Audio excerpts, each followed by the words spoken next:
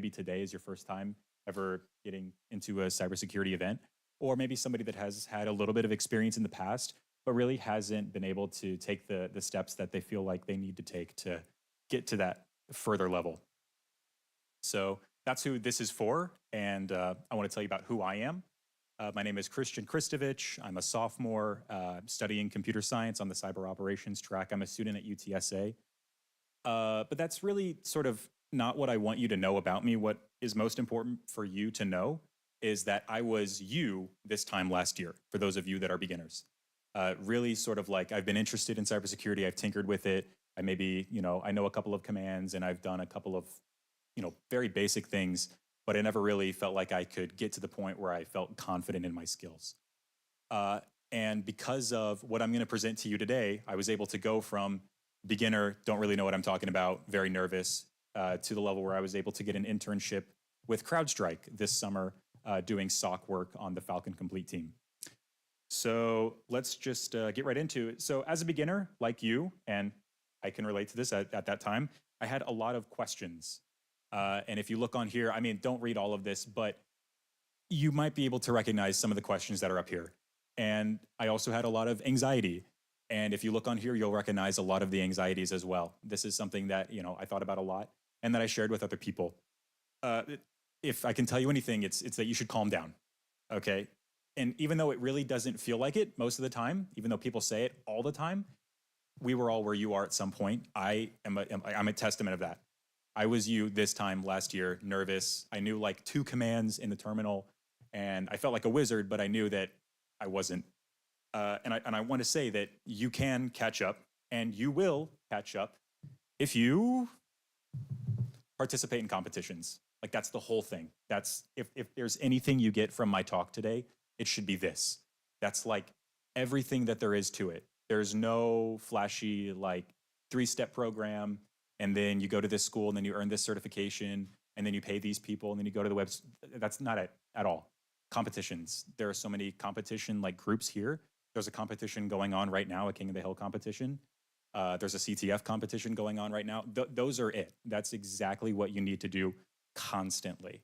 And they're what took me from feeling completely inadequate and not knowing where to go next to, like I said, getting the internship that I thought was way out of my league when I applied for it, let alone when I heard about it. And if you had told me that I would get it when I started this time last year, I would have told you were crazy. But it's just because I was able to get the hands-on real experience that these competitions offer that I was able to get to that level. And so you may be thinking like, okay, well, I don't know how to do King of the Hill stuff, and I really don't know how to do most of the challenges that I see in the CTF. Are there any challenges, or are there any competitions that are available for me? And yes, there are lots of competitions, and they cover a lot of diverse disciplines. These are some of the competitions that were available last year for fall 2023 through spring 2024. I participated in all of the ones you see up here. I was just going to every single competition, just doing it constantly. Even though I knew that I wouldn't get first or that I might not even do particularly well, I was still trying to get into them and do them. So I see, or there are some like blue and purple things on here. If you don't know what that means, basically a blue competition, as I've labeled it, is a competition that relates to defensive operations in cybersecurity. That's your digital forensics and incident response. That is your SOC work and others. Purple is a combination of both blue team and red team operations. Dr. Boom in particular is probably my favorite example of that, where Dr. Boom was a competition where you had to analyze malicious source code. That's a blue team operation. And then you had to use vulnerabilities that you found in that source code to get a reverse shell on the attacker that was trying to detonate a bomb that your computer was supposed to simulate. And that's sort of a counter-adversary red team operation. And both of those things made a very interesting competition. And it was one of the first that I actually did. And I did it with Adichie. I don't think he's in here right now. But it was a great way for me to sort of get myself into the space with other people and get hands-on experience. I have a second slide here with even more competition. Cyberforce is one that was recently competed in by our Cyberforce team. Fardeen was on the team. They placed third overall in the competition. They did very, very well. CPTC, that's the only red team competition that you see up here. It's because red teaming isn't often as common because it's sort of hard to set up the infrastructure for. But they are still available if that's something that you wanna dive into. I also have Major League Hacking, Rowdy Hacks, and Rowdy Datathon. These aren't ones that I have gone to, but they're sort of hackathon style um, competitions, so to speak, where there are multiple tracks and you can do multiple things. And so that's an organization that has multiple sub competitions, right? Drinking game, take a shot every time I say competition. Um, and so, like, take it from me, the guy, like, I really want to emphasize that I'm presenting this information to you as somebody that has very recently felt like they were a beginner and that very recently was like looking for the information that I'm giving to you now. Getting the hands on experience that these competitions provide is unmatched. There are so many learning platforms that are available. A few come to mind that will give you a sort of a scholastic understanding of what you're doing. And you can read all day long about like various tools and techniques and things like that. But it really doesn't matter unless you're doing it. And that's what these competitions allow you to do, is to do it. You'd be amazed how quickly you'll go from, oh, I understand this stuff about the terminal, and then it's time for you to do a CTF, and it's time for you to use the command line, and you're completely lost. And it's because the scholastic context does not give you what you need to excel. They're also amazing resume builders. That's primarily why I got into them, because people said do competitions, they're good for your resume, or like go to hackathons and such. Um, I only had Chick-fil-A, Schlitterbahn, and I was a math tutor for like K through 12. And not at all what you need to be at CrowdStrike. They don't, it's like, okay, good job. You gave chicken and you looked at people swimming. It's like, what does that help anybody? Um, but I put these on here and I made it sound like I was changing the world. I Linux administrator, network security architect, right? Like, these competitions enable you to demonstrate that you do have experience in a high stress situation and that you can do basic problem solving that they want from an intern. And so I want to emphasize that point to all of you. Now, you might be wondering, like, this guy's talking about all this great stuff, and that's really cool, but I don't actually know how to do any of the things that he's talking about. And we have a Discord server dedicated to promoting competitions, because the people at UTSA, organizers and coaches and such, they know how essential it is and how important it is. And they have a Discord server explicitly dedicated to this sort of stuff, constantly promoting new competitions. This stuff is going on. This event is happening. Hey, I'm looking for a team. I'm doing this thing. Yeah, I'll join you. They promote a very open culture, and it's a very beginner-friendly culture. Take it from me. I was a beginner. I was like, hey guys, does anybody have a team? And so many people said, yeah, you can join mine. And that was so awesome for me getting started. I'd also like to say, and this is for UTSA students. If you're not at UTSA, this really won't apply to you. But we do have a lab specifically dedicated for preparing for our major competitions in the North Paseo building on the second floor, room 132. We have a great network infrastructure. If you run into Xander, he can tell you more about that, but it's a really great place for you to get more hands-on experience. And obviously, like, competitions aren't happening all the time. If they were, people wouldn't be able to do all of the ones that they wanted to. And so when there's off seasons, when there are really no competitions to practice for or to participate in, you may find yourself like wanting to do more stuff. And I can completely appreciate that. And for that reason, I have included this list of resources. If you don't like QR codes, you can go to you can type that in manually. This list of resources is specifically curated by yours truly to address a problem that I find in a lot of resource lists. And that's that they try to do everything all the time, or they try to do one thing. And I spent so much time looking for like the perfect resource that was like, this is the website that does it all. And I really want to emphasize this point.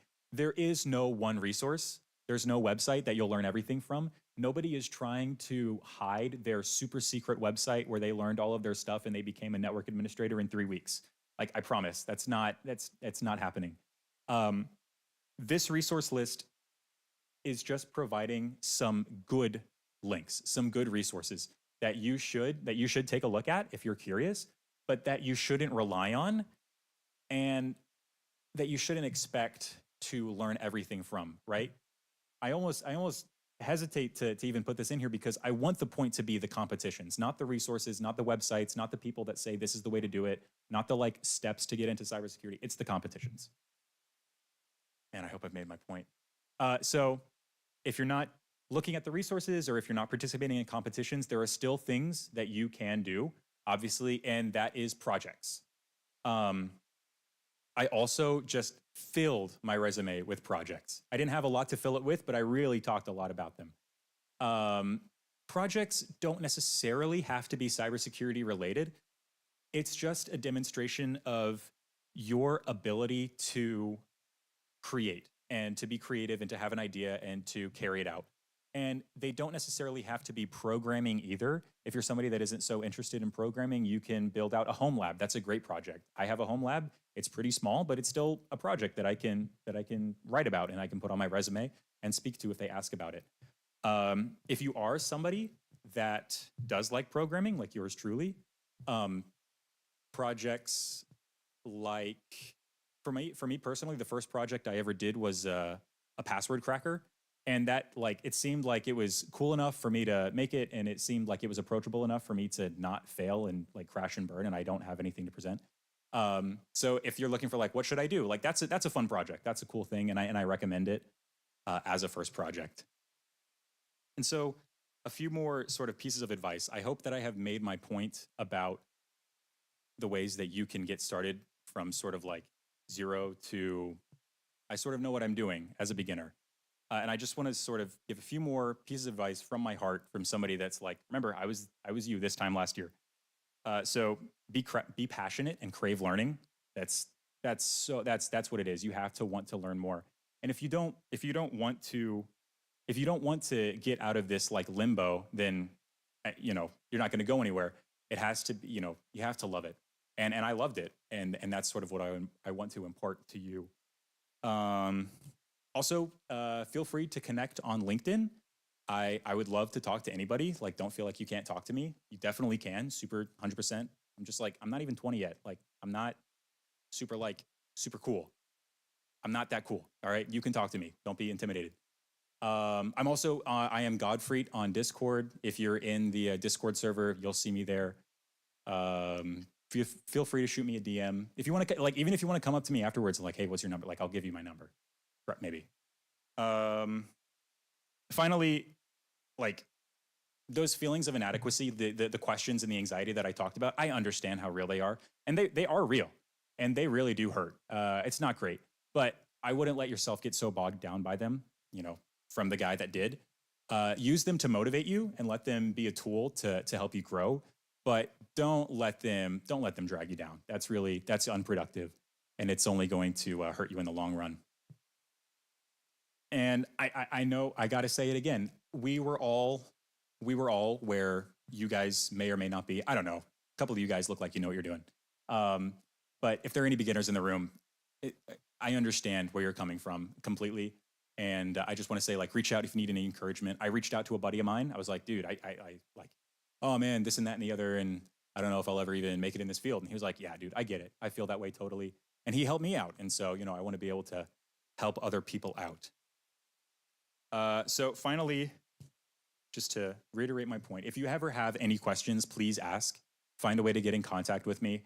I promise I won't ever judge, even if they're, questions that I maybe should judge you for because they're pretty dumb. But I won't judge, and I'd be happy to answer them and help you out. So for those of you that wanted to know about that Discord server, here it is. That's a QR code that will instantly give me a shell on your phone. So thank you, everyone. Just so that you're aware, like in full transparency, this QR code will collect like however many people joined using this QR code, because we just want to know like however many people joined the server through this QR code for whatever reason. I don't know. It might help us in planning next year's RowdyCon. And when I was showing this presentation to some of the event organizers, They thought it was really awesome, and they wanted me to throw in a little bit more information. So this doesn't necessarily pertain to getting started in cybersecurity as a beginner. But if there are any freshmen in the room or people that are sort of like wondering what track they should go, I've just got a little bit more information for you about UTSA specifically. So I want to answer the questions College of Business, College of Science, College of Engineering. So for those of you that aren't aware, at UTSA, we have two programs that are cyber-esque. That's the BBA in cybersecurity and the Bachelor of Science in Computer Science on the cyber operations track. Man, that's a mouthful. So let me give you some insight. The BBA in cybersecurity in the College of Business is, like it sounds, very business oriented, and it is not really technically aligned so much. It's definitely, there are definitely some technical classes, and there are some good classes. They have, they have information security classes and such, but it's definitely not as technically aligned as the College of Science, computer science track. However, we understand that cybersecurity is a business-oriented field and that you can't do it without understanding the business facets of what you're doing. And so if that's something that you feel like you might need more guidance in and you might need to learn more about, and if you feel like you're somebody that can self-teach, absolutely the BBA is for you. If you are somebody that wants a more technical degree and you don't want to do like the algebra of business, the College of Science track may be for you. They have a lot more technically oriented courses, but you will not get the business training that is critical for this field. The talk earlier from the penetration tester definitely emphasized the point that what you're doing is a business, and there's insurance and there's liabilities, and you're under contract and you have to present to people, and you have people that want to make sure you're doing the right thing. There's an enormous business aspect, and you will not get that in the College of Science unless you sort of have a propensity for that on your own, or you're willing to teach yourself that, which is, I would argue, harder to teach than computer science, harder to self-teach than computer science. So the Klesse College of Engineering, this is where we sort of get out of my realm of expertise, but I do want to present it. The College of Engineering has a bachelor's of engineering or bachelor something in computer engineering. And what I have been told is that it's basically an electrical engineering degree with like 3 extra classes. And so a lot of people that I know are doing the electrical engineering, and then they also threw on the computer engineering because it's 3 more classes and they graduate like a semester later. So if that's something, if you think that electrical engineering and everything involved in that, and then also computer engineering within that context is something that you're interested in, then I think that would be best for you. You do get some of the stuff that the computer science track offers. You will get to do programming, and you'll probably get to do like computer architecture and computer organization and stuff like that. But it's going to be almost completely removed from the business aspect.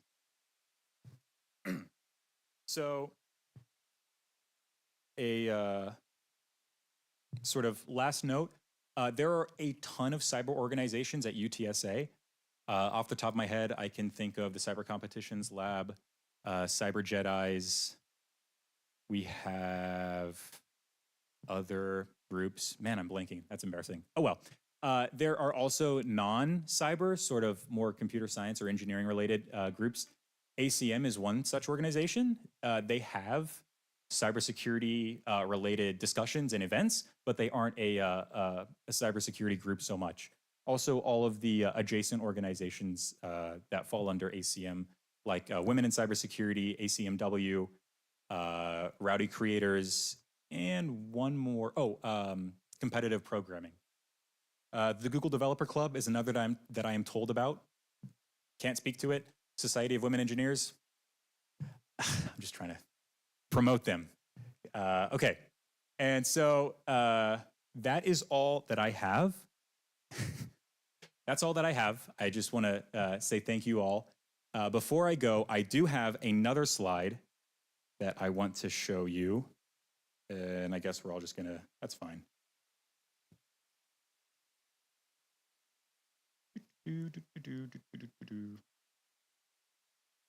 we go. Okay.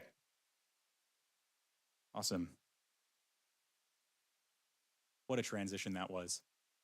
So the Cyber Competitions Lab that I told you about a little bit earlier has recently created a new learning platform for, guess who? Beginners. Um, they are opening it Monday. So you've got today, you've got one more day, and then, as you may have guessed, the day after that is Monday. It is a platform for learning the intro to Linux, Windows, networking, capture the flag events, and it will give you the basis that you need to start joining the competitions that I have discussed. I have not seen it. The only people that have seen it are the people that are creating it. And so when that is released, you should all check it out if you think that it would be good for you. And you are likely to learn something awesome because I know the people that created it and they're very smart and they have likely done an amazing job with it. So with that, we have 40 minutes to fill with questions. So who wants to start? Boom. Mm-hmm.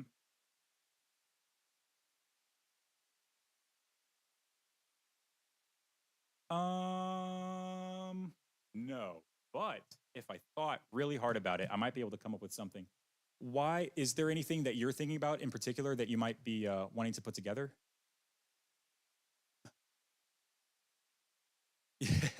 Yeah, that's it. That's a good point. It's really a broad term.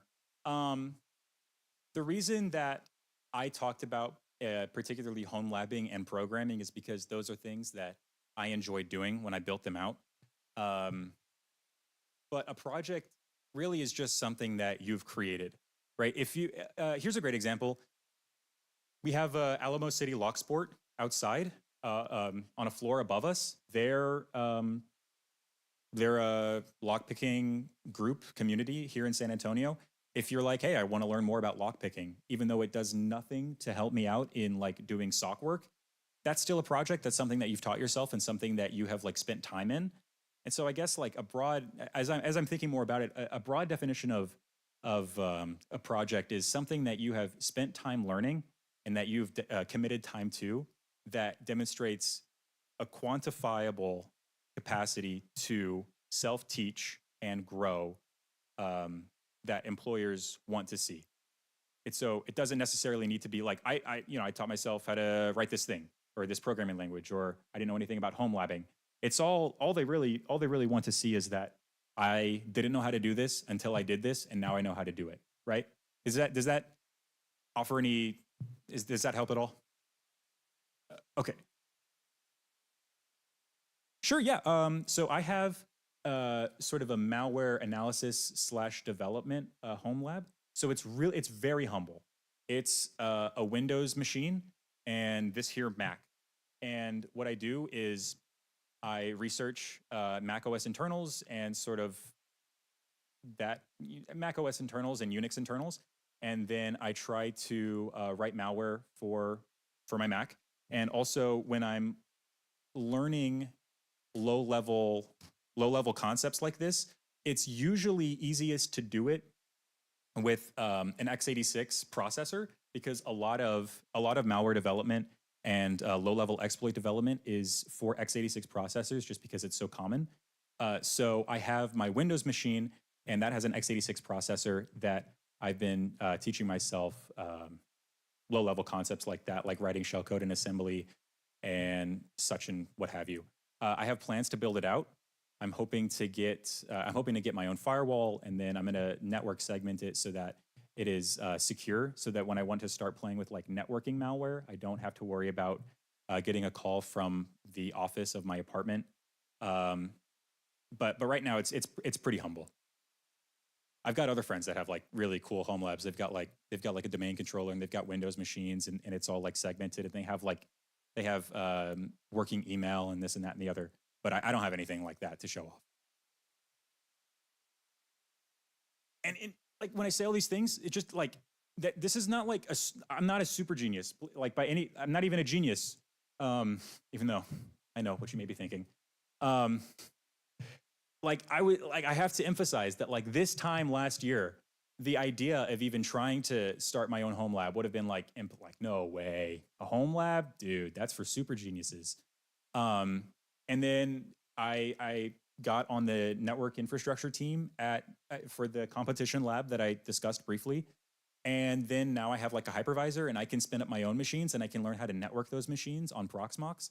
Um, and I'm learning like, okay, this is a firewall and I have to like, this is pfSense and these are network ports and these are interfaces and I need this interface, this WAN address to be this. And before you know it, you're learning networking and you're getting the hands-on experience. That's the most important thing. Like building a home lab gives you the hands-on networking experience that you need. And programming malware gives you the problem solving and the low-level operating system internals knowledge that I personally want, but isn't necessarily, essential. Is that making sense? Okay, good. Do we have any other questions? Because we still have, yes.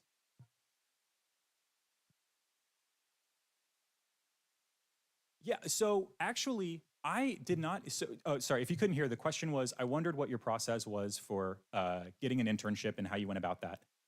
So, thank you for asking. The first thing I should say is that I didn't know about the internship before I didn't even know that it was an open internship. I was in another Discord server for the Computer Security Association, which if you reach out to me, I'll give you the QR code for that Discord server. It's a great place. But in there, a friend of mine, Julian, posted a link to an application at CrowdStrike. And I was like, you know what? Sure, why not? And I applied. And I applied for that. And then when I finished that application, I saw another like open internship. And I was like, dude, you know what? What's another application? And so I applied. I applied to one and then I just applied to the other.